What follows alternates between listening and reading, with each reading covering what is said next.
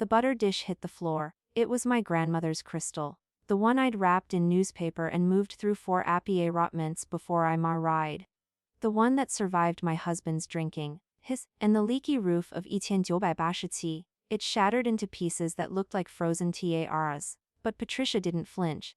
She just smiled at me from across the Easter table and slid the manila folder for RD with her manicured fingertip. Sign them MRGA ret, she said.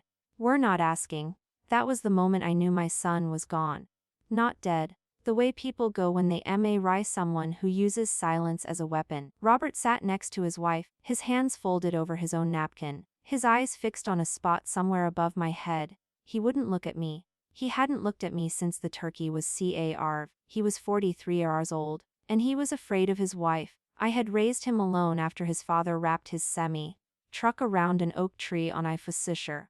I had taught him to ride a bike. I had paid for his college tuition by cleaning houses for 5 years. I had never once asked for anything back, and now, on the day of resurrection, he was letting his wife bury me alive. I opened the folder. The first page was a medical directive. The second was a financial power of attorney. The third was a glossy brochure for a place called Sunny Meadows. The cover showed a smiling woman in a wheelchair feeding ducks by a pond. The lake was the color of dishwater. The font was cheerful. The price was not listed. I knew what that meant. It meant they rajed by the month and didn't ray how you paid, as long as someone did. Read the fine print. Ret, Patricia said. Her voice had that patient, song quality people use when they're explaining things to the elderly. I was 67. I had been teaching elementary school or RT for 40 years. I had painted murals in 3 public libraries. I had survived the death of my only sibling, the loss of my mother to cancer, and a husband who loved the road more than he ever loved me. I wasn't elderly, I was seasoned. But Patricia didn't see that. She saw liability. She saw a mortgage payment. She saw a woman who still had a pulse and therefore still had a body that needed to be parked somewhere convenient. Spoke. Mom, the house is too much for you, the stairs, the kitchen. You can't manage. He said it like he'd rearranged it. Like Patricia had written the script, and he was just reading his lines. I wanted to shake him. I wanted to remind him that I had managed his colic, his teenage rebellion, his broken heart when his first girlfriend left him for a boy who played bass guitar. I had managed everything, but I said nothing. I just looked at the folder, and then at the butter dish on the floor, and then at my grandson Leo, who was 8 years old and drawing a rabbit on a napkin with a red crayon that was melting in his small. Leo was the only one in the room who met my eyes. He had my husband's hair, thick and dark and stubborn. He had his father's chin, but he had something else, something I recognized, a stillness. A way of watching the world before deciding whether to trust it. He stopped drawing when he heard the glass break. He looked at me, then at his mother, then back at me. He didn't say a word. He just pushed his napkin across the table. He'd drawn a rabbit standing on its hind legs. Underneath it, he'd written in wobbly capitals, A. Shia star Anamad. Patricia was still talking. She was talking about logistics, about the reality of my declining mobility, about how Sunny Meadows had a lovely activities director who led watercolor classes every Thursday. She was trying to sell me on my own prison. She was using words like transition, and comfort, and dignity. She was a professional speaker. She had a podcast called Modern Woman, Modern Life. She had a TED Talk about boundaries. She was explaining to me, a woman who had spent her life teaching children how to paint, what dignity meant. It was like watching someone in a designer coat explain to a FA warmer how to grow wheat. I didn't warg, I didn't cry. I didn't point out that I had fixed the garbage disposal myself 2 weeks ago, or that I had painted the porch in October. Alone? Just because I wanted to see if I still could. I didn't tell her that my declining mobility had climbed 4 flights of stairs with a 50-pound bag of flour last Tuesday, because I was still experimenting with a new sourdough recipe. I just let her talk. I let her finish, and then I closed the folder. Patricia, I said, you're not a fool, so I'll assume you're just cruel. Her face flickered, just for a second. Then the smile came back, the one she'd perfected for her Instagram posts. The one that said I was being dramatic, the one that said I was senile, the one that said she had already won. Robert flinched. It was the only sign of life he'd shown all afternoon, he said, his voice cracking the way it used to when he was 15. And I caught him sneaking out the window. It's not like that. We're just trying to. To what, Robert? I cut him off. To get rid of me. To free up the spare bedroom. To sell my house and use the money to fix your wife's failed podcast. I knew about the podcast. I knew about the sponsorship losses. I still had friends. I still read the paper. I still knew how to find information. Patricia had been hemorrhaging followers since she made that comment about boomer entitlement. She had blamed Robert for it. She had blamed everyone but herself. And now she needed money. She needed my house. She needed my equity. She needed me to sign. She picked up the folder and tapped it against the table. We'll try again at Thanksgiving, she said. The words were light, almost cheerful, but her eyes were hard. She was used to winning. She had always won. She had won Robert, who was once a sweet boy, and was now a man who couldn't look at his own mother. She had won the house, or at least she thought she had. She had won the family and a narrative. She had turned me into a burden, a problem, a paragraph to be deleted after lunch. I helped clear the table. I did it out of habit. I had been doing it for 50 years. I wiped the counters. I scraped the plates into the trash. I watched Patricia's back as she scrolled through her phone, ignoring Leo, ignoring Robert, ignoring everything that wasn't an algorithm. I watched Robert wash the wine glasses with the careful precision of a man who had run to avoid conflict by becoming invisible. And I watched Leo, who was still holding his napkin, who was still looking at me with those dark, knowing eyes. He hugged me at the door, his small arms wrapped around my waist. He smelled like jelly beans and soap and childhood. He whispered into my shirt, "Grandma? I don't want you to go to the lake house. I want you to stay." I kissed the top of his head. I could taste the salt from my own terroirs. I hadn't cried at the table. I wouldn't give Patricia that pleasure. But now, with Leo's cheek pressed against my ribs, I felt something break open, something old and deep. "I'm not going anywhere," I said. "I'm staying right where I am." He pulled back and looked up at me. Promise." He slipped the napkin into my coat pocket. I didn't ask him to, he just did it. Like he knew I would need it. Like he knew the drawing was more than just a drawing. It was proof. Proof that I was still seen. Proof that I was still loved. Proof that Patricia hadn't won everything. I drove home in my Joshba Bic. The windshield had a crack that looked like a lightning bolt. The engine coughed when I stopped at red lights. The heater didn't work, but the car was mine. I had paid for it in cash 3 years ago. I owed nobody nothing. Or so I thought. I walked into my house and closed the door behind me. I leaned against it and breathed. The house smelled like old wood and dust and the faint ghost of my husband's pipe tobacco. He'd been dead for 12 years. But his presence was still there, in the cracked linoleum, in the creaking stairs, in the basement where he used to fix his trucks. The house wasn't much, it was small, it was old, it was mortgaged, but it was mine. Then I remembered. Robert had asked me to sign something last year. He said it was for a business loan. He said he needed collateral. He said it was just paperwork.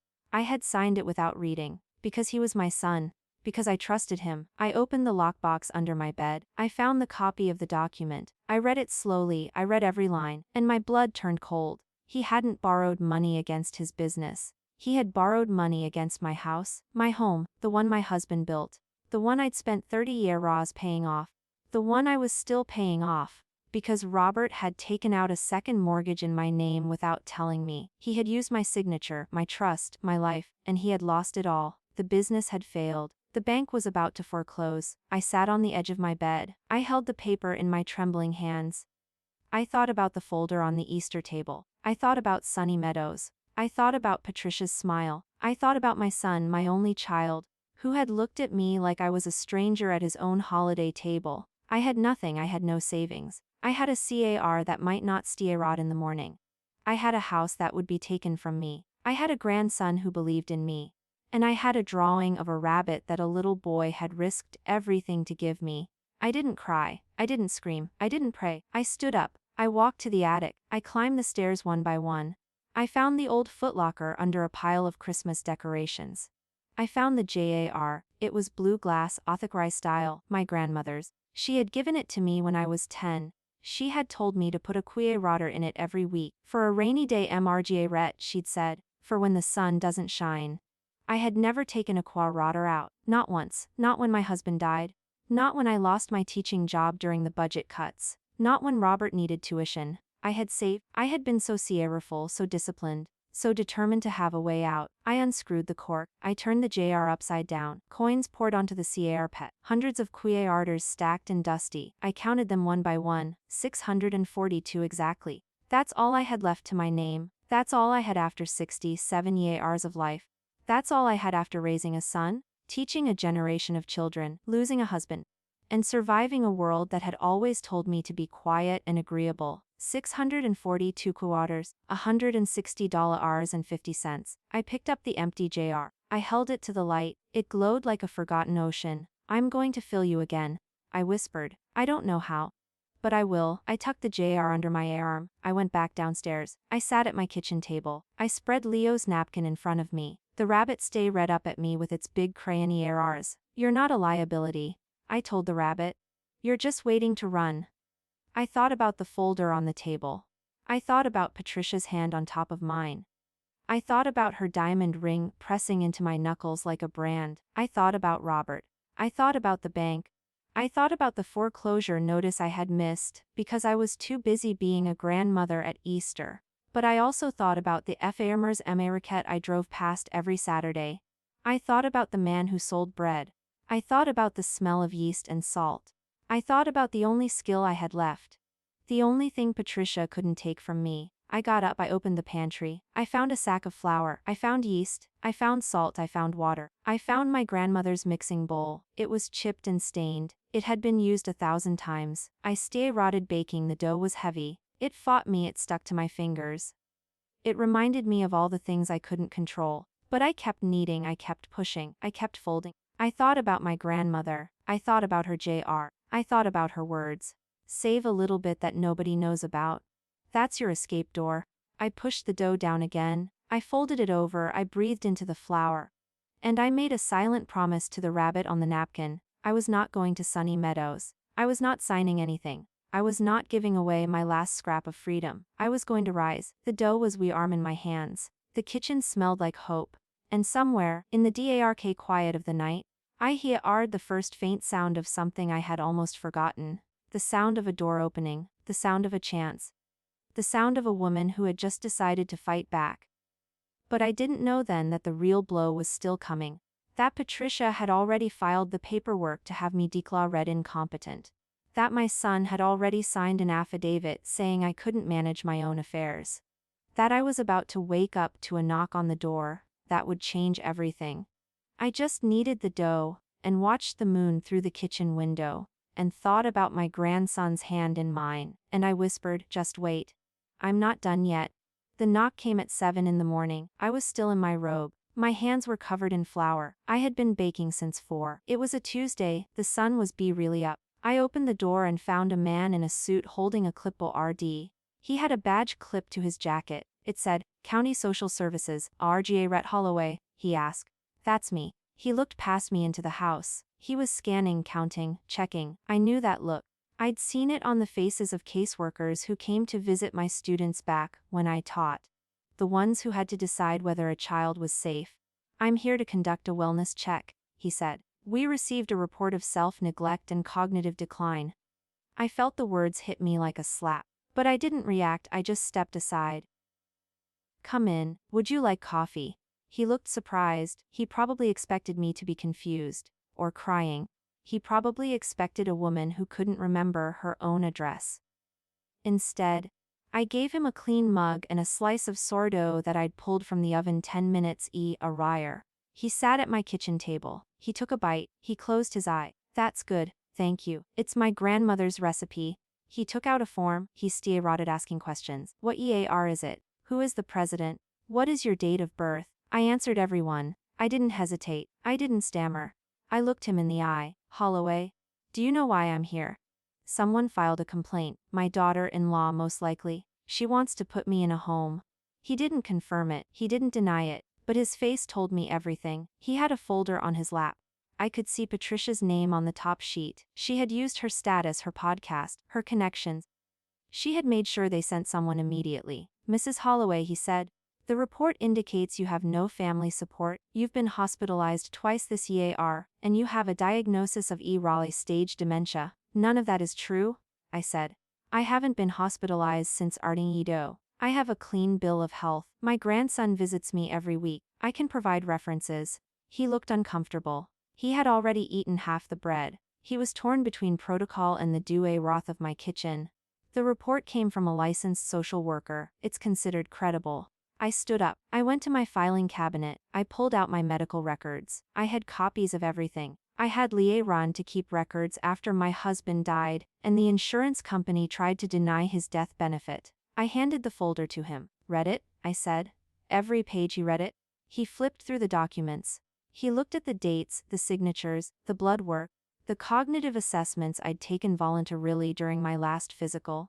I had asked my doctor to give me a full exam because I wanted to be sure. I had no history of dementia. I had no falls. I had no hospitalization. He put the folder down. He ran a hand over his face. Mrs. Holloway? I'm sorry, this report appears to be false. I'll have to file a follow-up. Someone is going to get into trouble. Don't bother, I said. She's my daughter-in-law. She's my son's wife. I don't want her to get into trouble. I just want her to stop. He looked at me. He saw a woman standing in her own kitchen, surrounded by the smell of bread, holding a spatula like a weapon. He nodded slowly. I'll file my report. I'll recommend the complaint be dismissed. But I need to be honest with you. She can keep filing. She can keep pushing. Someone might show up who doesn't listen. I thanked him. I wrapped the remaining bread in a cloth and handed it to him. For your family, I said. He hesitated, then he took it. After he left, I leaned against the counter. My hands were shaking. I had held it together. But now I was alone, and the FAR rushed in. She had tried to get me declared incompetent. She had forged a report. She had lied to the county. She was willing to steal my freedom. Not just my house, not just my money, my identity. She wanted the world to believe I was a broken old woman who couldn't tie her own shoes. I called Robert. He answered on the fourth ring. He sounded groggy. It was 8 in the morning. Mum, did you sign the affidavit? Silence. Robert, I'm asking you. Did you sign a piece of paper saying I can't take care of myself? I didn't. I swear. Patricia told me she was just getting a visiting nurse to check on you. Patricia filed a report with the county. She told them I have dementia. She told them I've been hospitalized. She sent a social worker to my door at 7 in the morning. He went quiet. I could hear him breathing. I could picture him sitting on the edge of his bed, running his hand through his hair the way he always did when he was scared. I didn't know, he whispered. I swear I didn't know. Then you know now. And you need to decide what you're going to do about it. There was a long pause. I could hear Patricia's voice in the background. She was saying something about breakfast, something about Leo's school. She sounded normal. She sounded like she hadn't just tried to have me committed. Mom, I'll talk to her. No, Robert, you'll do more than talk. You'll tell her to stop, or you'll lose me forever. I don't say about the house. I don't say about the money. But if you let her take my freedom, I will never forgive you. I hung up. I didn't wait for his answer. I stood in my kitchen. The dough on the counter had risen. It was twice its original size. It was perfect. It had done exactly what it was supposed to do. It hadn't panicked. It hadn't broken. It had just grown in the quiet dark. I punched it down. I kneaded it again. I shaped it into loaves. I put them in the oven. I stood there watching the glass door, watching the color change from pale to golden. At noon I drove to the Effermer's Marquette. I brought a basket of loaves. I set up my card table next to Hank's truck. He was already there, setting up his own display. He looked at my basket. He looked at me. You look like you wrestled a bar, he said. I wrestled my daughter-in-law. That's worse. I told him everything, the social worker, the fake report, the affidavit. I told him about Robert, about the silence, about the desperation. Hank listened. He didn't interrupt. He didn't offer advice. He just listened. When I finished, he said, "You need more than bread. I know. You need a plan, and you need allies." He reached into his truck and pulled out a container. It was full of flour, his own milled flour. He had a small mill in his garage. He ground his own grains. He had started doing it after he came back from the DUAR. It was the only thing that kept him from breaking. From now on you use my flour, he said. No cost, you bake, I deliver. We split everything 50-50. Hank, I can't afford. It's not charity. It's partnership. You have the skill. I have the resources. Together, we have something. He put out his hand. I shook it. His grip was firm. His fingers were ski-rod. He had 2 missing fingers on his left hand. He never explained how he lost them. I never asked. What's your plan? He asked. I opened my basket. I had a small bag of coins, the cuiratters from my grandmother's jar. I counted out $160. I put it in the center of the table. This is what I have, I said. This is my escape door. I've never opened it before. But today, I'm opening it. I bought flour from Hank. I bought yeast. I bought salt. I bought parchment paper and Robard boxes and a sign that said, RGA Rhett's Kitchen, in black marker. I didn't have a permit. I didn't have a license. I just started baking. I woke up every morning at 3. I mixed dough. I shaped loaves. I baked until the kitchen was a sauna. I packed everything into the buick and drove to the market. At first I sold 2 loaves, then 5. Then I started getting regulars. People who remembered me from my teaching days, people who had heard the story, people who were angry on my behalf. A woman named Doris came to my table. She had silver hair and a red purse. She bought 3 loaves. She looked at my hands, at the flour under my nails, at the dark circles under my eyes. You're the art teacher, she said. My granddaughter had you. She talks about you all the time. Which granddaughter? Emily. She painted the sunflower, the one in the wheelchair. I remembered Emily, the sunflower, the lopsided petals. The child who couldn't move her arms but painted anyway. How is she? She's 19. She's in college. She's studying art therapy. She said you taught her that broken things can still be beautiful. Doris reached into her purse. She pulled out a $50 bill. She put it on the table. For your next batch, she said. And tell your daughter-in-law that the whole town is watching. I didn't take the money. I couldn't. But she pushed it toward me. Take it, it's not for you. It's for the rabbit. I didn't know what she meant. But I looked down at my table. Leo's napkin was taped to the front of my sign. The rabbit, the one with the big ears. The one who was strong. I took the money. I put it in my grandmother's jar. I felt the weight of it. I felt the weight of everything. That night, I got a call from Robert. His voice was raw. Mom, she's leaving. Patricia is packing her things. She says I have to choose. I waited. I can't choose between you and her, he said. She's my wife, Leo's mother. She tried to have me declare red incompetent. Robert. She sent a stranger to my door to take me away. What do you think she'll do to you? He was silent. I could hear him breathing. I could hear Patricia screaming in the background. She was yelling about betrayal, about how he never defended her, about how she deserved better. I'm sorry, I'm so sorry. Don't be sorry, just be brave. I hung up. I looked at my grandmother's jar. It was getting heavier. It was getting full. I thought about the rabbit. I thought about Emily. I thought about the woman who believed in me. I thought about the social worker who had doubted me. I thought about Patricia, and I made a decision. I would not run. I would not hide. I would not fight with her weapons. I would build, bake. I would grow. And when she came for me again, I would be too strong to move. The kitchen was new arm, the dough was rising, and somewhere in the dar, my grandmother's words echoed. Save a little bit that nobody knows about. That's your escape door. My escape door was open. And I was already halfway through it. But I still didn't know the whole truth. I didn't know that Patricia had already filed a motion for guardianship. I didn't know that Robert had received a subpoena. I didn't know that the house was already in foreclosure, and that the bank had set a date. I just knew that the sun was rising, and I had bread to bake. And I had a grandson who needed to see that rabbits never stop running. The bank letter came on a Friday. It was tucked inside a plain white envelope with no return address. I almost threw it away thinking it was junk, but something made me open it. I stood at my kitchen counter, flour up to my elbows, and unfolded the paper. It was a notice of foreclosure. The date was set for 30 days from now. My house. The one my husband built with his own hands. The one I'd raised Robert in. The one where Leo had taken his first steps. It was going to be sold on the courthouse steps. I read it 3 times. Each time I hoped the words would change. They didn't. The amount owed was $32,000. It was the second mortgage Robert had taken out in my name. He had defaulted 8 months ago. I never knew because the bills went to his business address. Patricia had planned that. She had made sure I was kept in the dark. I put the letter down. I didn't cry. I didn't scream. I poured myself a glass of water and drank it slowly. Then I called Hank. He answered on the first ring. What's wrong? The bank is taking my house in 30 days. Silence. I could hear his breathing. I could hear the hum of his truck engine in the background. He was on the road somewhere. What do you need? He asked.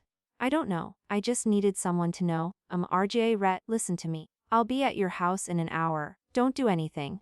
Don't sign anything. Just wait. He hung up. I waited. I sat at my kitchen table and read at the letter. My hands were still dusty with flour. I traced the words on the page. Redemption period.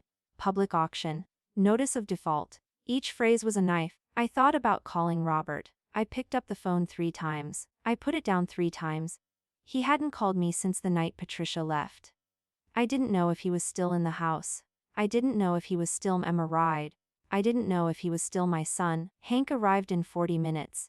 He walked through my door without knocking. He was wearing a flannel shirt and jeans. His hair was sticking up like he'd been driving with the windows down. He looked at the letter on the table. He looked at me. Have you eaten? He opened my refrigerator. He found eggs. He found butter. He found a loaf of bread I had baked the day before. He made me an omelette.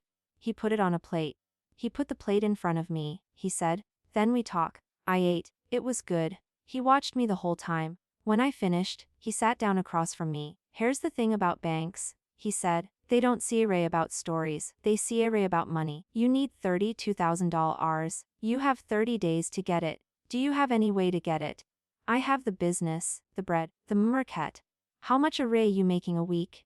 I did the math in my head. Maybe $300. After expenses, lean. He scratched his chin. "That's not enough." "I know. Then you need more. You need to sell more. You need to sell faster. You need to sell outside the Maumee." I looked at him. He pulled out his phone. He opened a map. He pointed to a dot on the screen. "There's a co-op downtown. They're looking for local vendors. They just lost their bread supplier. The guy moved to Oregon. If you can get in there, you can sell 100 loaves a week, maybe more. 100 loaves. I can't bake that much in my kitchen." "You can bake in my kitchen. I have a commercial oven. I never use it. It's been sitting in my garage for 2 years. I stared at him. "You have a commercial oven in your garage. I bought it at an auction. Thought I'd steer out a business. Then I got scared. I let it sit." "But you're not scared. You're desperate." "Desperate is better." He stood up. He grabbed my arm. "Come with me." I followed him to his truck. We drove to his house. It was a small place on the edge of town. The garage was a metal building with a roll-up door. He opened it. Inside, there was a commercial oven. It was stainless steel. It was beautiful. It looked like it had never been touched. "When did you buy this?" I asked. "Years ago, after I got back from the VA. I thought I could bake away the nightmares. But I couldn't even turn it on. I just stared at it. I was scared of failing." He ran his hand over the front of the oven. "It's yours now. Use it as long as you need. I'll help you load the dough. I'll help you deliver. I'll do whatever you need, but you have to promise me one thing." "What's that?" "When you succeed, you tell my story too, not for pity, for proof. Proof that veterans still have something to give." I nodded. "I promise." We spent that night in his garage. We measured flour, we mixed water. We kneaded dough until our arms ached. The oven roared to life. The heat was incredible. It filled the whole building. We baked 30 loaves in one batch. It was more than I had ever done in my life. At midnight, we sat on the floor. We ate bread straight from the oven. It was still. The butter melted on contact. We didn't talk. And I felt something I hadn't felt in months. Hope. The next day I went to the co-op. The manager was a woman named Grace. She was in her 40s. She had short hair and glasses and a sharp way of looking at you. She smelled like coffee and cinnamon. "Your menarge a ret?" she asked. "Les, I've heard about your bread. Hank's been spreading the word. He said you're the best baker he knows. He's too kind." She smiled. It was thin but real. "I'm not kind, I'm practical. I need bread. I need someone reliable. Can you deliver 50 loaves every Tuesday and Thursday?" "Less." "Can you do it for 6 months?" "Less." She handed me a contract. I read it. It was fair. I signed it with the same pen I'd used to sign my husband's death certificate. It was an old pen. It had been in my purse for years. Grace looked at the pen. "That's a nice pen." It was my husband's. She nodded. She didn't ask more questions. She just shook my hand and said, "Welcome to the co-op. Don't be late." That was the turning point. The co-op contract changed everything. I was suddenly a real supplier. I had a schedule, I had deadlines. I had to produce, and I did. Hank and I worked like machines. We woke up at 3 in the morning. We baked until 9. We loaded the truck. We delivered. We came back and did it again. My hands cracked, my back ached, my feet swelled, but I kept going. I had a goal: $32,000. 30 days. The money started coming in. It was slow at first, then it accelerated. The co-op sold out of my bread within hours. People stay rotted requesting it. I added Nouveau Rieties, Rosa whole wheat with honey. Each loaf sold for $8. The profit margin was thin, but the volume was huge. At the end of the second week, I counted my saving. I had $7,000. I was a quarter of the way there, but I was exhausted. I could feel my body breaking. I was 67 years old. I wasn't built for this. One morning, I collapsed in Hank's rage. Just for a second, I caught myself on the counter. But Hank saw it. He rushed over. "You need to rest," he said. "I can't. The deadline is coming. You can't help anyone if you're dead. Sit down, I'll do the next batch." I sat. I watched him work. He was slower than me, more careful. He measured everything twice, but he was steady. He was reliable. He was the best PA Rotner I could have imagined. "What made you come back from the DUAR?" I asked. It was the first time I'd asked him anything personal. He paused, he looked at his hands. "My mother, she was alone, she had no one, she was sick. I came back because she needed me. She died 3 years ago. But she taught me that you don't leave people behind. She must have been proud of you." She was. She told me every day. She said I had a good heart. She said that was more important than anything else. He turned away. He was crying. I looked down at my own hands. They were covered in flour. They were old hands. They were strong hands. "I'm proud of you too, Hank," I said. He didn't respond. He just kept kneading. That night I went home. I opened my grandmother's jar. I counted the coins. I counted the bills. I had $7,430. I put it all back. I closed the jar. I held it to my chest. Then I heard a knock. I opened the door. It was Robert. He was alone. He looked terrible. His eyes were red. He was wearing a jacket that was too thin for the weather. He said, "I need to talk to you." I stepped aside. He came in. He sat at my kitchen table. He put his head in his hands. He didn't speak for a long time. "Patricia left," he said. "She took the CR. She took everything." I sat down across from him. "Where did she go?" "Her sisters. Across the state. She filed for divorce. She says she's going for full custody. She says I'm not fit." "You're fit," I said. "You just made mistakes." "I made a lot of mistakes." He looked at me. His eyes were wet. "The house, the mortgage, the affidavit. I signed everything she gave me. I thought if I just kept her happy, I thought if I just gave her what she wanted, she'd love me." "Robert, that's not love." "I know." He wiped his eyes with the back of his hand. "I know now, but I didn't know then. I was scared of losing her. And now I've lost everything anyway." I reached across the table. I took his hand. It was cold. It was shaking. I said, "Where is he?" "Patricia took him. She said I could see him on weekends. But she said she'd fight me if I tried to get more." I squeezed his hand. "Well, fight her." He looked up. He looked confused. "What? You're still my son. This is still your home. And Leo is still my grandson. We're going to get him back, and we're going to save this house." He stared at me. He didn't believe me. I could see it in his eyes. He had been broken so many times that he couldn't imagine being whole. "I know you're scared," I said, "but I'm not scared anymore. I've been scared my whole life. Scared of being alone. Scared of being invisible. And the only thing it ever got me was a piece of paper demanding I go to a home." I stood up. I opened the pantry. I showed him the flour sacks, the yeast packets, the stacks of boxes. "This is what I've been doing," I said. "This is how I'm going to save everything." He walked over. He touched a sack of flour. "You're baking." "I'm building. And you're going to help me." "Mom, I don't know how to bake." "Neither did I, but I learned, and you will too. You're going to show up at Hank's garage at 4 in the morning. You're going to measure flour. You're going to knead dough. You're going to do whatever I tell you.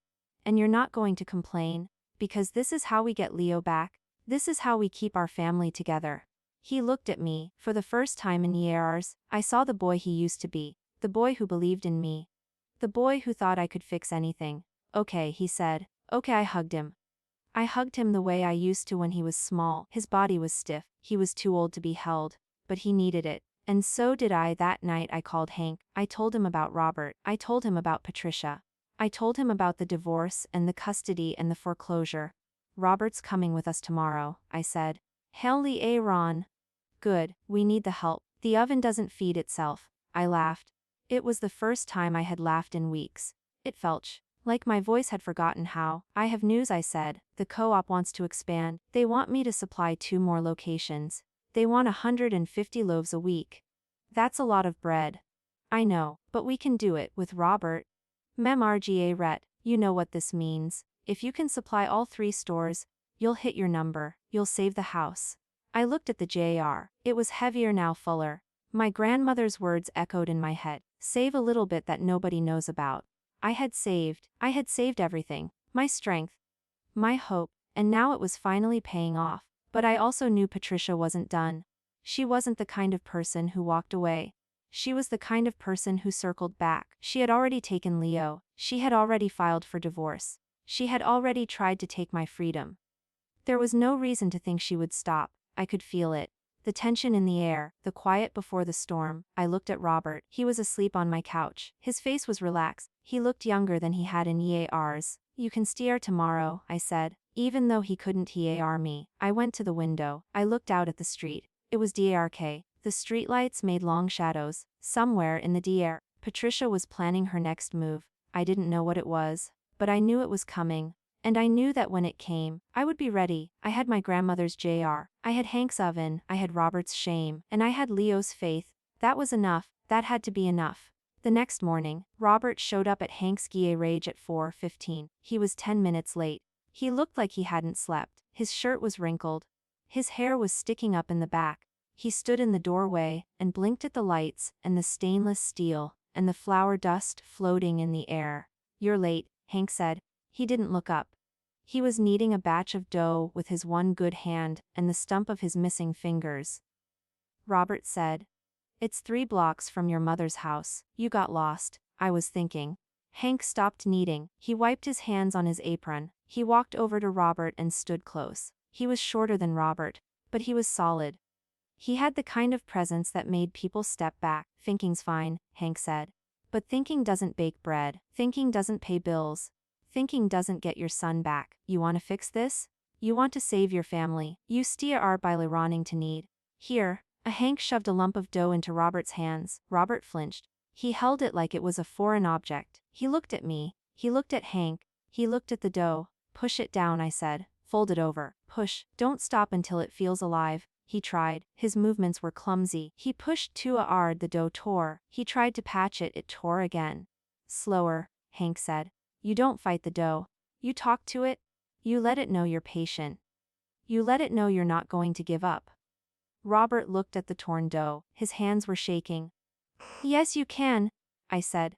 "Mum, I couldn't even stop Patricia from taking Leo. I couldn't stop her from taking the car. I couldn't stop her from anything. What makes you think I can knead bread?" I walked over. I put my hands over his. I guided them. Together, we pushed the dough down. We folded it over. We pushed again slowly, rhythmically, like a heartbeat. "You don't have to be perfect," I said. "You just have to keep going. That's all anyone ever needs to do. Just keep going." He stopped shaking. His hands steadied. He found the rhythm. He pushed and folded. He pushed and folded. ATAR rolled down his cheek. He didn't wipe it away. He just kept kneading. Hank nodded at me, a small approving nod. We worked in silence for the next 2 hours. Robert did the kneading. I shaped the loaves. Hank preheated the oven. The garage filled with the smell of yeast and salt, and something that felt almost like healing. At 7 in the morning, we loaded the truck. He ride boxes. He loaded the trays. He didn't complain. He didn't stop. He just kept moving. Hank drove. Robert sat in the passenger seat. I sat in the back with the bread. The heat seeped through the boxes and onto my lap. I closed my eyes. I thought about Leo. I thought about his small hands, his crayon drawings, the way he smiled when he bit into a fresh loaf. When we arrived at the co-op, Grace was waiting. She looked at Robert. She raised an eyebrow. I said, "My son, he's helping now." Grace studied him. She was good at reading people. She could tell he was bruised. She could tell he was trying. She didn't ask questions. She just said, "Good, you look strong." "We need strong." Robert unloaded the boxes. He ride them inside. He stacked them on the shelves. He did it without being asked. He did it quickly. When we finished, Grace pulled me aside. "I have another opportunity," she said. "A catering company. They need sourdough for a wedding. 300 rolls. Can you do it?" 300 rolls. By Saturday. It's Thursday today. They'll pay triple. I looked at my hands. They were tired. They were cracked. But the money, the house, the deadline.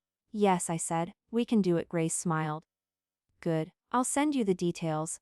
On the drive back, Robert asked, 300 rolls. "How are we going to bake 300 rolls?"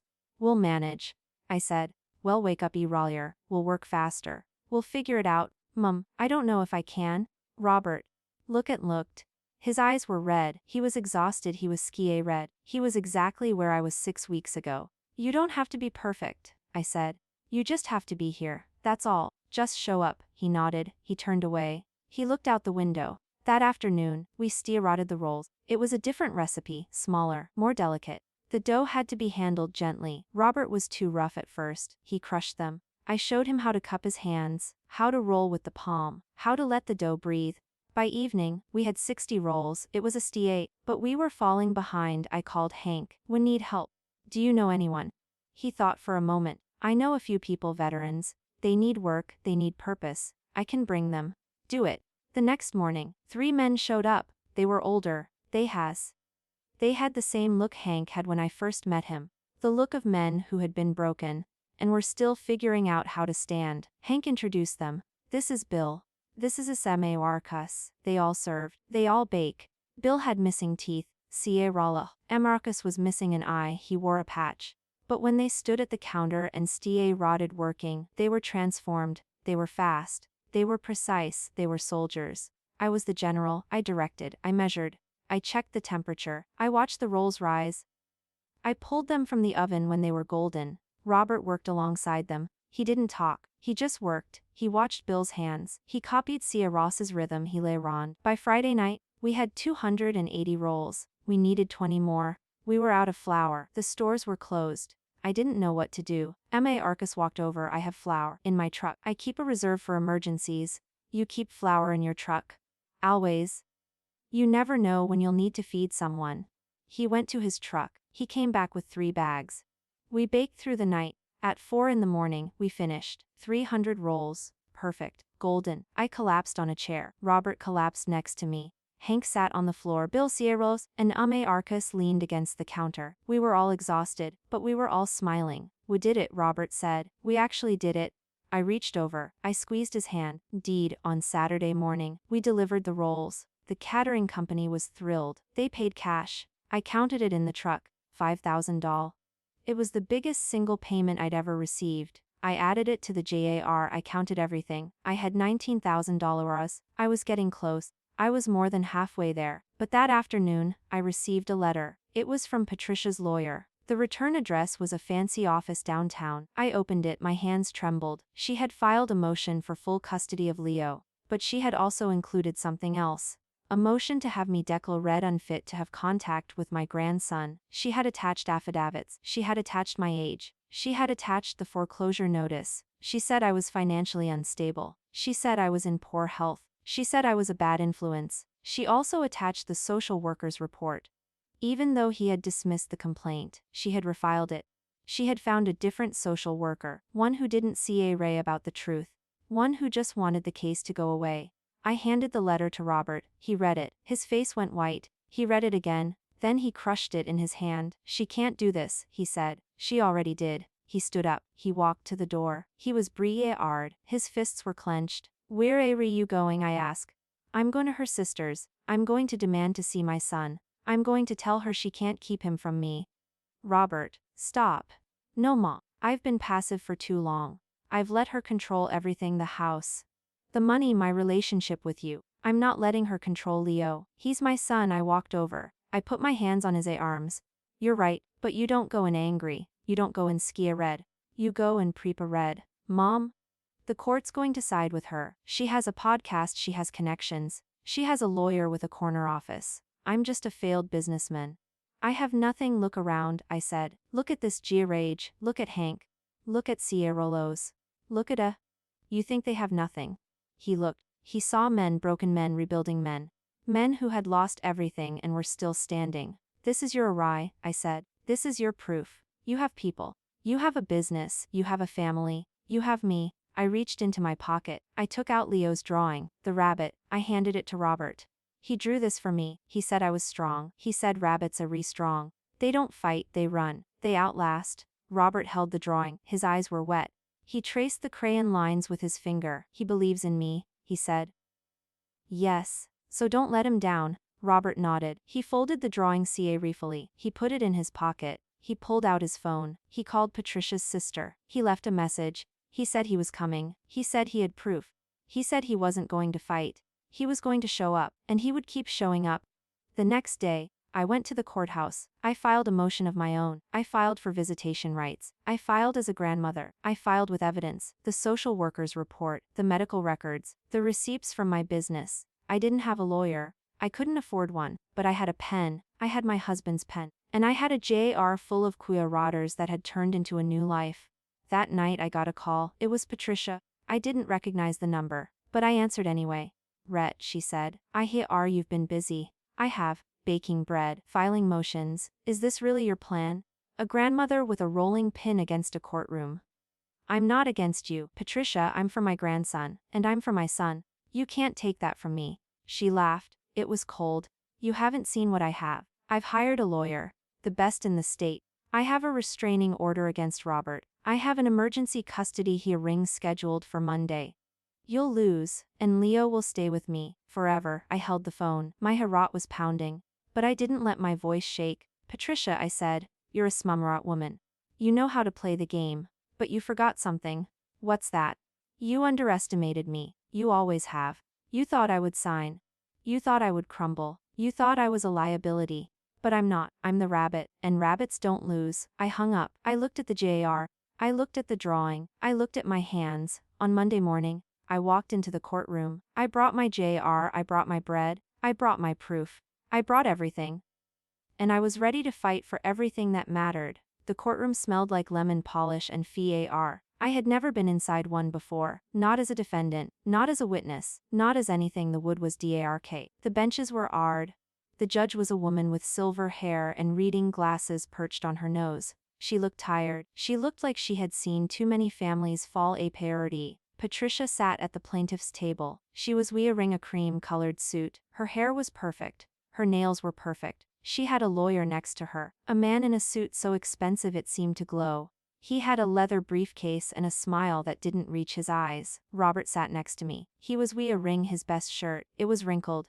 He had ironed it himself that morning. He kept wiping his palms on his pants. I reached over. I squeezed his hand. Breathe, I whispered. Just breathe, he nodded. He took a deep breath. He let it out slowly. The judge called the case. Patricia's lawyer stood up. He spoke in a smooth, practiced voice. He painted a picture of a family in crisis. A father who couldn't manage his finances. A grandmother who was financially unstable. A mother who was the only stable force in the child's life. He presented documents, bank statements, the foreclosure notice, the social worker's first report, the one that had been dismissed. He presented them like they were facts. Not a raw facts, Your Honor, he said. The respondent, Robert Holloway, has demonstrated a pattern of poor judgment and financial mismanagement. He defaulted on a mortgage that his mother co-signed. He failed to provide adequate support for his family. He allowed his wife to leave the Radel home with their child. He has not seen his son in 3 weeks. Robert flinched. He started to stand. I pulled him back down. I said.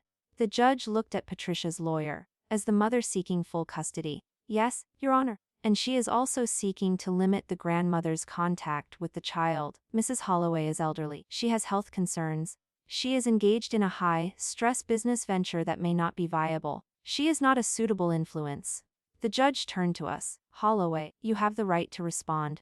Robert stood. His voice was shaking. Your Honor, I know I made mistakes. I know I failed my wife. I know I failed my mother. But I am trying to fix it. I am working.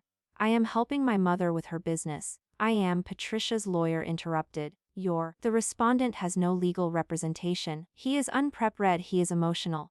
This is not in the best interest of the child. The judge looked at Robert. She looked at me. She studied my face.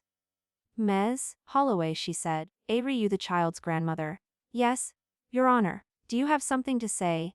I stood. I didn't have a lawyer. I didn't have a briefcase. I had a canvas bag. I set it on the table. I opened it. I pulled out my grandmother's jar. Your Honor, I said. This jar belonged to my grandmother. She gave it to me when I was 10 years old. She told me to save a cuiratter every week for a rainy day. For when the sun didn't shine.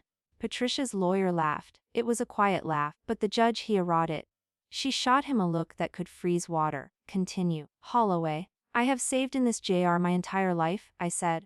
Every week. 60 hours. My husband died, I lost my job. I raised a child alone. I never opened this jar. Not once. I held it up. The blue glass caught the light. It glowed. When my daughter-in-law tried to put me in a nursing home, I opened it. I had 642 quarters, $160.50. That was all I had. I set the jar down. I pulled out a folder. I pulled out receipts. I pulled out contracts. I pulled out bank statements. I spread them across the table.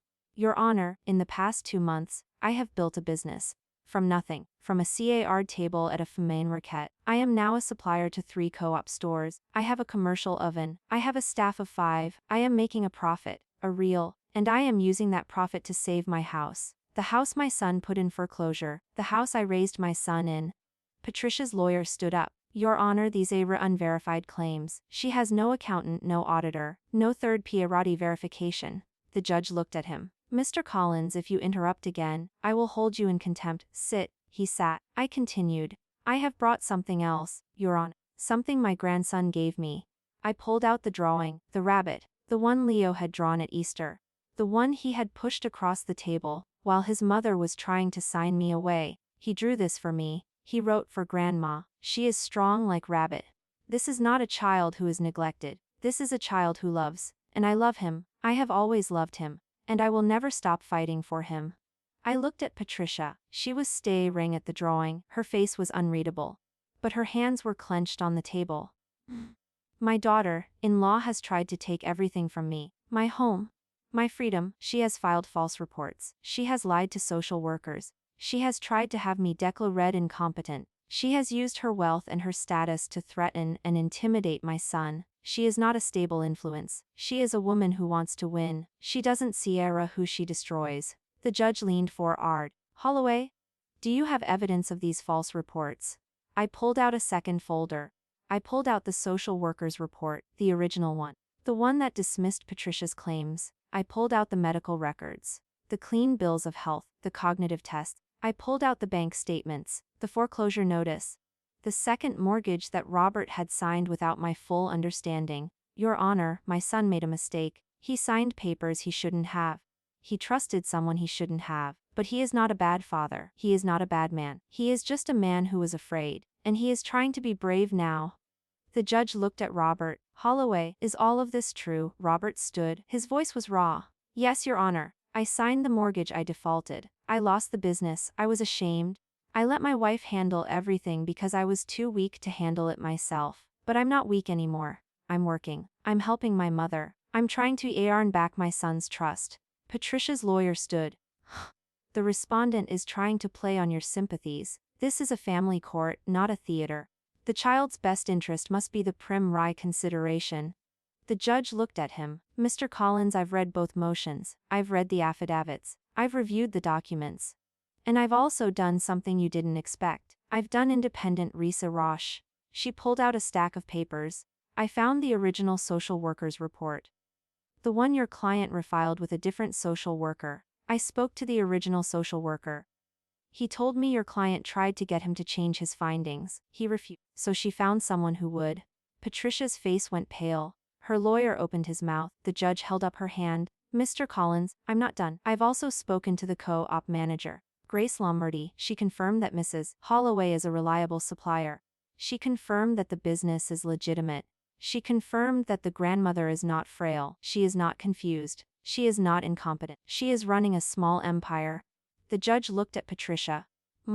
You have presented an narrative, but the evidence does not support it.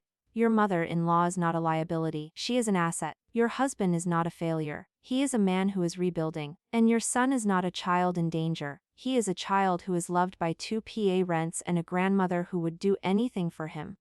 Patricia's composure cracked. Her voice was sharp. Your Honor, this is not fair. She has manipulated you. She has manipulated everyone. The judge leaned back. Mrs. Holloway, I have been a family court judge for 22 years. I have seen manipulation. I have seen lies. I have seen parents use their children as weapons. And I can recognize it when I see it. She looked at Robert. Holloway, I am granting you temporary visitation every weekend starting this Saturday. And Mrs. Holloway, I am granting you supervised visitation as well. You can see your grandson. You can teach him to bake. You can be PA rod of his life. Patricia stood up. This is outrageous. I object. The judge slammed her gavel. Objection overruled. This court is adjourned. The gavel hit the wood. The sound echoed through the room. I stood there. I didn't cry, I didn't cheer. I just breathed. Robert stood next to me. He was shaking, he was crying. He pulled me into a hug. We did it, Mom, he whispered. We did it. I hugged him back.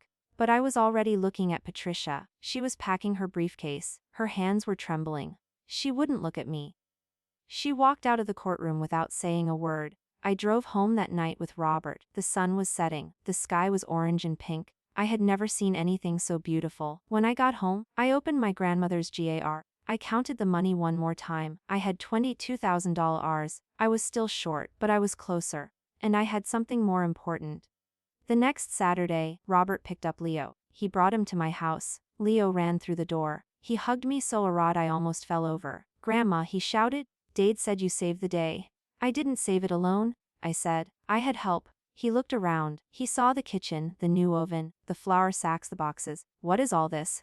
This is my bakery. Do you want to see it? He nodded. I showed him everything. The mixer, the scales, the proofing baskets. I showed him the dough. I showed him how it rises. I showed him how it breathes. Can I try? He asked. I gave him a piece of dough. He pushed it. It stuck to his hands. He laughed. It was the best sound I had ever heard. You're doing it? I said. Just like that. Slow, patient. I'm like the rabbit, he said. Yes, you're exactly like the rabbit. He shaped the dough into a small ball. He looked at it. He looked at me. Grandma, I knew you wouldn't give up. I knew it. How did you know? Because you never gave up on me. When I was little. When I fell off my bike. When I couldn't draw. You always said try again. I knelt down. I looked him in the eyes. Leo, I'm never going to give up on you. Ever. You understand? He nodded. He hugged me again. I held him tight. At dinner, Robert sat across from us. He looked tired, but he looked alive. He looked present. He looked like the man I had always known he could be. I'm going to sell my truck, he said. It's not worth much, but it'll help. For the house, I said. Keep the truck, you need it. What plan? I smiled. I reached into my pocket. I pulled out the wedding rolls contract. The one from the catering company. I showed it to him. Grace gave me another opportunity. A corporate account, a tech company. They want sourdough for their weekly meetings. 50 loaves a week at premium prices. If I get that account, I'll hit the number. I'll save the house. Robert read at the contract. This is huge. I know. But I need your help. I need you to be my delivery driver. I need you to be my PA Rotner. I need you to show up. He looked at me. His eyes were wet. I'll show up. I promise. That night, I sat in my kitchen. The house was quiet. Leo was asleep in the spare bedroom. Robert was asleep on the couch. The dough was rising in the proofing baskets. The oven was warming. I held my grandmother's JR. I counted the coins one more time. I whispered to her. I'm going to make it. I'm going to save everything. I promise. But in the back of my mind, I knew it wasn't over. Patricia hadn't conceded. She had retreated. There's a difference. And I knew she would come back. She would find another angle. Another attack, another way to hurt. I looked at the rabbit drawing. I looked at Leo's sleeping face through the crack in the door. I had won this round, but the WR wasn't over. And I was ready for the next battle. The corporate account arrived on a Tuesday, a tech company called Nexus Solutions. They were based in the city, 45 minutes from my house. They had a campus with glass walls and a cafeteria that served kale salads and cold brew. They wanted artisan bread for their weekly leadership meetings. Organic flour, rosemary and sea salt. They were willing to pay $15 a loaf. It was the biggest contract I had ever seen. Grace called me at 6 in the morning. RJ Red, I just got the email. They want a sample delivery by Friday. If they like it, they'll sign a 6-month contract. This is life-changing money. I held the phone. My hands were shaking. I can do it. Algeme RGA Ret. This is a corporate account. They're going to inspect your kitchen. They're going to want to see your permits, your licenses, your health inspection scores. Do you have all that? I paused. I didn't have any of that. I was still operating out of Hank's garage. I had no official food handler's license. I had no commercial kitchen inspection. I had nothing but a dream and a rolling pin. I'll figure it out, I said. Grace was silent for a moment. RGA Ret, I believe in you. But this is big, don't blow it. I hung up. I looked at the kitchen. It was a mess. Flour everywhere, dirty bowls. A stack of proofing baskets that needed cleaning. I had less than 72 hours to turn this operation into something that looked legitimate. I called Hank, I need help. More than help, I need a miracle. He laughed, I'm fresh out of miracles, but I have a friend. He runs a commercial kitchen rental space downtown. It's used by caterers. It's got industrial equipment. It's inspected. It's clean. It's expensive. But it's available. How expensive? $500 a day. I did the math. It was more than I had in my emergency fund. But I also did the math on the contract. 50 loaves a week, $15 a loaf, $750 a week, over 6, that was $18,000. It would be enough to save the house. It would be enough to start over. I said, book it. I spent the next 2 days preparing. I tested recipes, I adjusted the salt, I perfected the remarry infusion. Robert was with me every step. He measured flour, he cleaned bowls, he washed dishes. He was quiet and steady and present. On Thursday night, we loaded the truck with ingredients. We drove to the commercial kitchen downtown. It was in a watery house district. It was clean and cold and smelled like bleach. The ovens were massive. The mixers were industrial. I had never used anything like them. Robert looked around. This is huge. How do we even use this? Same way we use everything. One loaf at a time. We stay rotted at midnight. The ovens took 45 minutes to preheat. The mixers were too loud to talk over. We worked in silence. We shaped 50 loaves. We proofed them. We baked them in batches. The smell of rosemary and salt filled the dewy house. It made me think of my grandmother. It made me think of home. By 6 in the morning we were done. 50 loaves, golden and perfect. We packed them in boxes. We loaded them into the truck. We drove to Nexus Solutions. The campus was intimidating. Sakika Arta access. A lobby with marble floors and a waterfall feature. I walked in with my boxes. I felt out of place. I felt small. The receptionist called the catering manager. A woman named Diana P. Red. She was in her 30s. She was wearing heels and a blazer. She looked at my boxes. She looked at me. Your ama RGA ret? Les. You brought the samples? Right here. She opened a box. She broke off a piece of bread. She sniffed it. She chewed it. Her face didn't change. She chewed slowly. She swallowed. She looked at me. Good texture, good flavor. A little more salt next time. I'll adjust. She smiled. It was a professional smile. But it was genuine. We'll take them. We'll let you know about the contract by Monday. I left the boxes. I walked out of the building. I got into the truck. I sat there for a long time. I didn't say anything. I just breathed. Robert looked at me. Are you okay? I don't know. I think so. The next 3 days were agony. I couldn't sleep. I couldn't eat. I kept checking my phone. I kept waiting. I kept praying. The call came on Sunday afternoon. It was Di Margaret, she said. Love the bread. We're offering you the contract, 6 months, 50 loaves a week. First delivery next Thursday. I didn't scream. I didn't cry. I just said, thank you. But as soon as I hung up, I ran to my grandmother's jar. I counted. I calculated. I did the math again and again. With this contract, I would have the money by the end of the month. I would save the house. I called Robert. I called Hank. I called Grace. I told them all the news. Robert cried. Hank laughed. Grace cheered. We did it, I said. We actually did it. But something was wrong. I felt it in my bones, a coldness, a shadow. I had been in this place before. The moment things aren't going right, that's when the world tries to tear them down. I didn't tell anyone. But I kept looking over my shoulder. I kept checking the mail. I kept waiting for something bad. It came on Tuesday. I received a letter from the county health department. They had received a complaint about my operation, an anonymous tip. They were scheduling an inspection. The inspection date was Thursday, the same day as my first corporate delivery. I stared at the letter. My blood turned cold. I knew exactly who had filed the complaint. Patricia. She had found another way to attack. She couldn't win in court.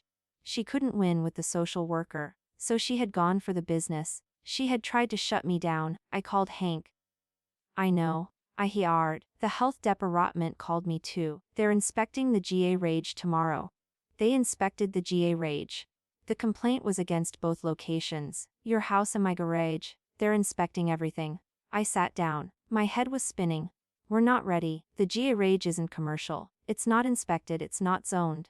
They'll shut us down, I know. But we have one advantage.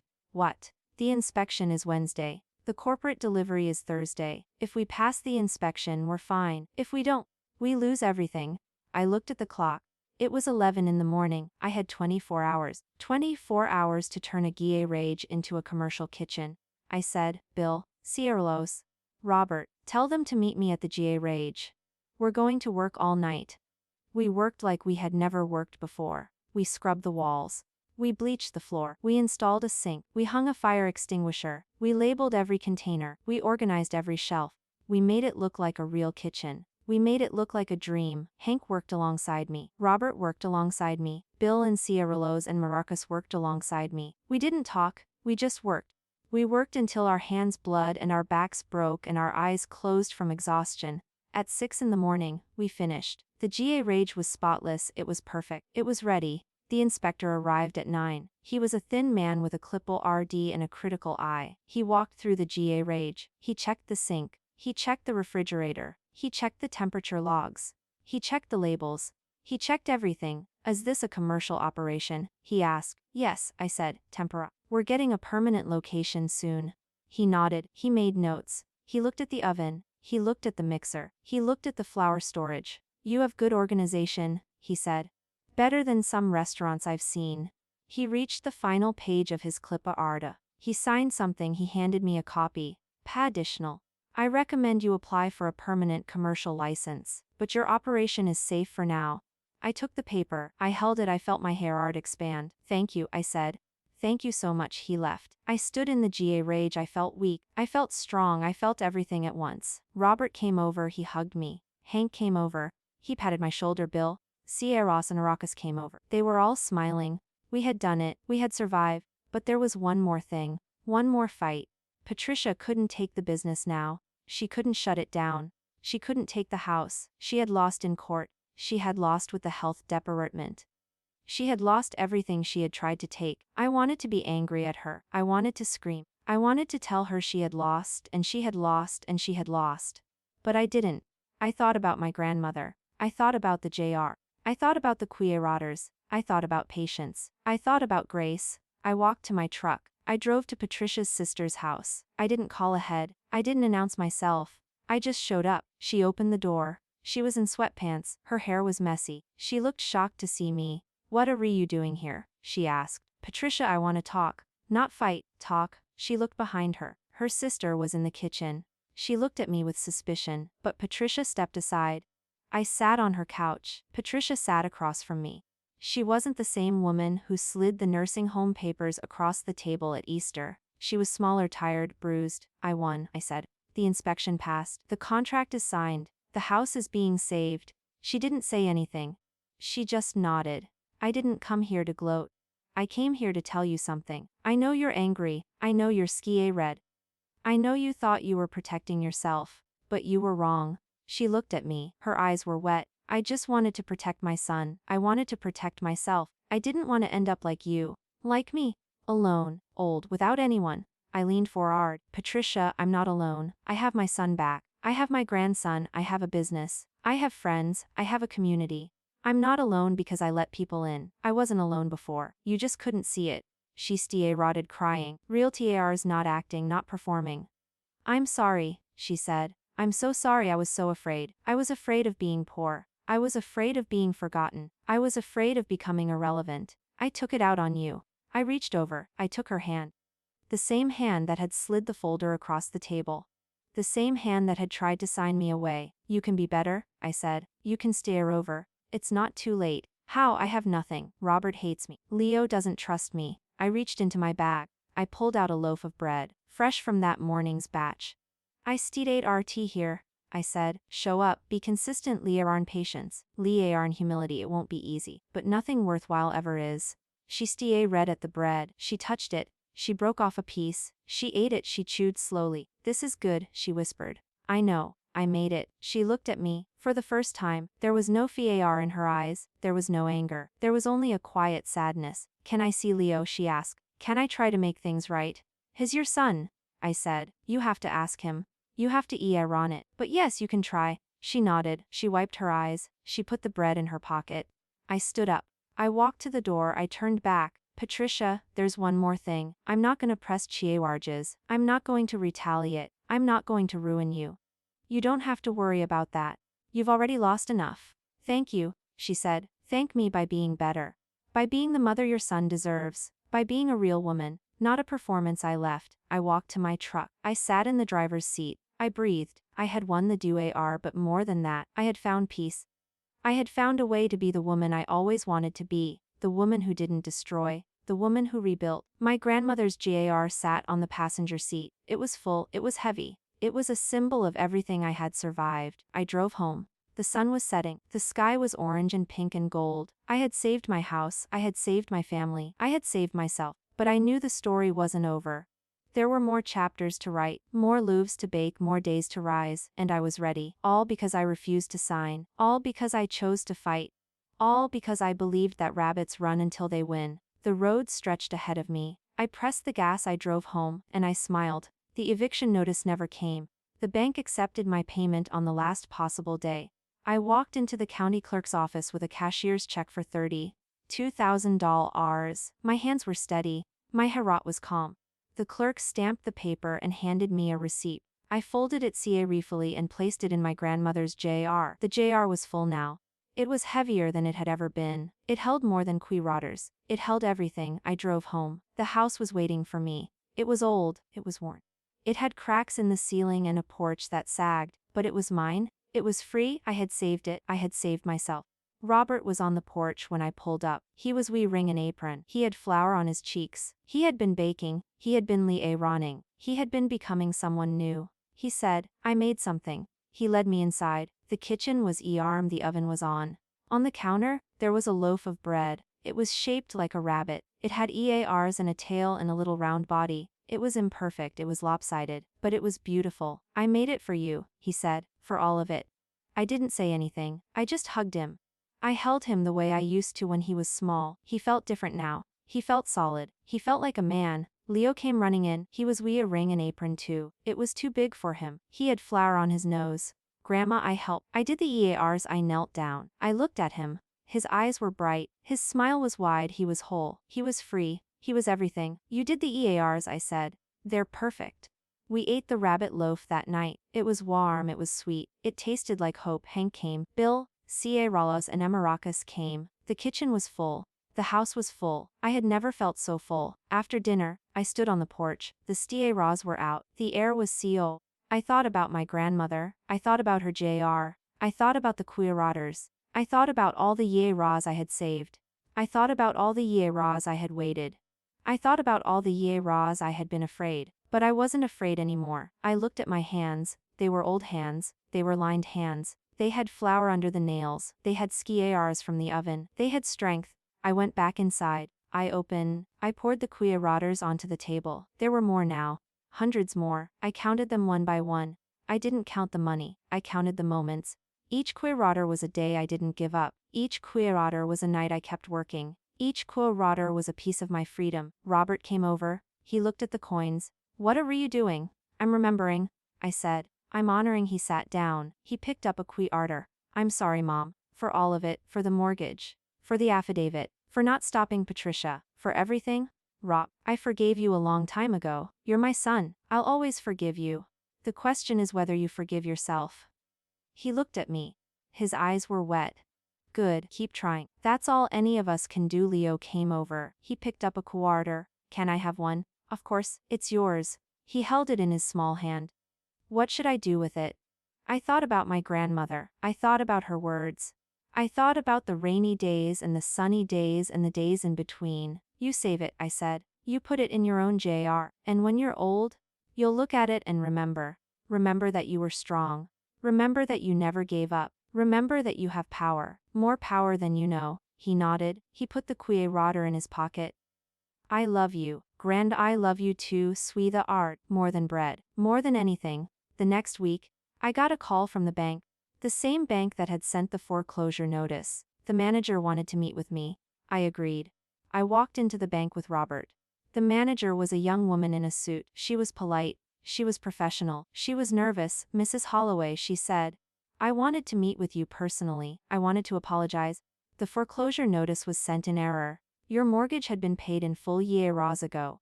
The second mortgage was not legally binding because you never signed the original note. It was a clerical error. We are waiving all fees and penalties.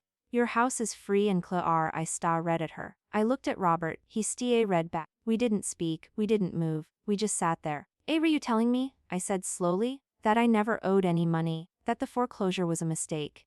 Yes, Mrs. Holloway, it was a bank error. We are deeply sorry. We are offering you a settlement. A payment for the stress and inconvenience. A check for $20,000. I looked at Robert. He was crying, he was laughing. He was doing both at once. Mom, he said. We don't have to save the house. It was never in danger. I looked at the manager. The second mortgage. The one Robert signed. It was in my name. How was it not valid? We found the original document. Your signature was forged. A different handwriting expert verified it. Your son's wife signed your name without your consent. She used a power of attorney that was also forged. I closed my eyes. The world tilted. I thought about Patricia. I thought about all the nights I had cried over the foreclosure. I thought about all the hours I had baked in Hank's rage. I thought about all the pain, all the FAR, all the worry. It had all been for nothing. The house was never in danger. The debt was never real. Patricia had forged my signature. She had created the whole nightmare out of nothing. I didn't know how to feel. I was angry. I was relieved. I was exhausted. I was free. I took the settlement check. I folded it. I put it in my grandmother's jar. I looked at Robert. We need to tell Leo. We need to tell him that everything is okay. That he doesn't have to worry anymore. We drove home. Leo was waiting on the porch. He was drawing. He always had a crayon in his hand. He was making a new picture. A rabbit running through a field of flowers. He said, "Look, I made a new one." I looked at the drawing. The rabbit was running. It was happy. It was free. It's beautiful, I said.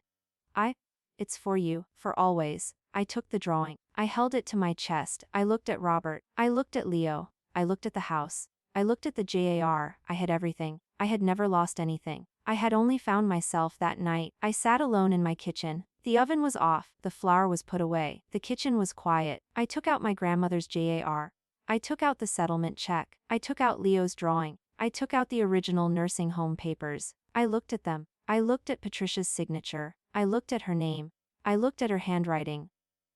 I looked at the woman who had tried to take everything from me. The woman who had forged my name. The woman who had lied and cheated and schemed. The woman who had lost. I didn't feel anger. I didn't feel vengeance. I felt something else. Something I had never expected. Compassion. She had been so scared, so desperate, so afraid of losing control. She had built a world of lies because she was terrified of being vulnerable. She had hurt me, but she had hurt herself more. I picked up the nursing home papers. I walked to the fireplace. I didn't have a fireplace. I had a wood stove. I opened the door. I threw the papers inside. I watched them burn. I watched the flames eat the ink. I watched the lies turn to ash. Robert came in. He saw the fire. He saw the papers burning. He didn't ask what they were. He knew. He said, "Patricia called. She wants to see Leo. She wants to try. She wants to be a real mother."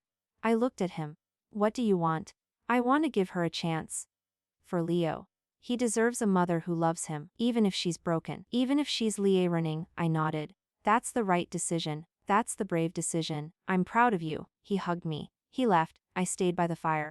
I watched the last piece of paper curl and blacken and disappear. The next morning, I went to Patricia's sister's house. I knocked. She opened the door. She was wearing a simple dress, no parals, no makeup. She looked younger. She looked softer. "Do you want to see Leo?" I said. "Yes, wants to see you too? But it has to be on his terms. Patient. No pressure." She nodded. Patricia? I have one more thing to say. I have forgiven you, not because you deserve it, because I deserve peace. Holding on to anger is like baking with old flour. It ruins everything. I don't want to be ruined anymore." She cried.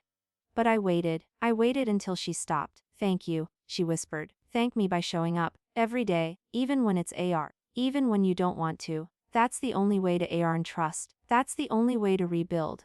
I walked away. I didn't look back. That afternoon, Leo and I baked together. We made a new loaf, a rabbit loaf. He shaped the ears. I shaped the body. We put it in the oven. We waited. We watched through the glass. He said, "You're my hero." "I'm just a woman who bakes bread." I said, "No, you're the woman who never gave up. You're the woman who saved our family." I hugged him. I breathed him in. He smelled like flour and childhood and hope. We pulled the loaf out of the oven. It was golden. It was perfect. It was everything. I held it up. The steam rose. The kitchen filled with the smell of home. I looked at my grandmother's jar. It was full. It was heavy. It was proof. I had survived. I had thrived. I had become the rabbit. And I knew that my grandmother was watching. And she was proud. The story didn't end with revenge. It ended with redemption. It ended with forgiveness. It ended with bread. And that was enough. That was more than enough. That was everything. If Ama RGA Rhett's journey from a ard table to a corporate kitchen moved you, please hit that like button and share this story with someone who needs to hear that it's never too late to rise. I'd love to hear your thoughts. Drop a comment below and tell me. What's one moment in your life where you chose to keep going when everything told you to stop? Your story matters, and I read every single one. And if you want more stories about ordinary people who find extraordinary strength, subscribe and turn on the notification bell. There's always another loaf to bake, another chapter to write, and another rabbit ready to run. Share this with a friend who's fighting their own battle. Sometimes all we need is a reminder that rabbits don't stop running. And neither should we.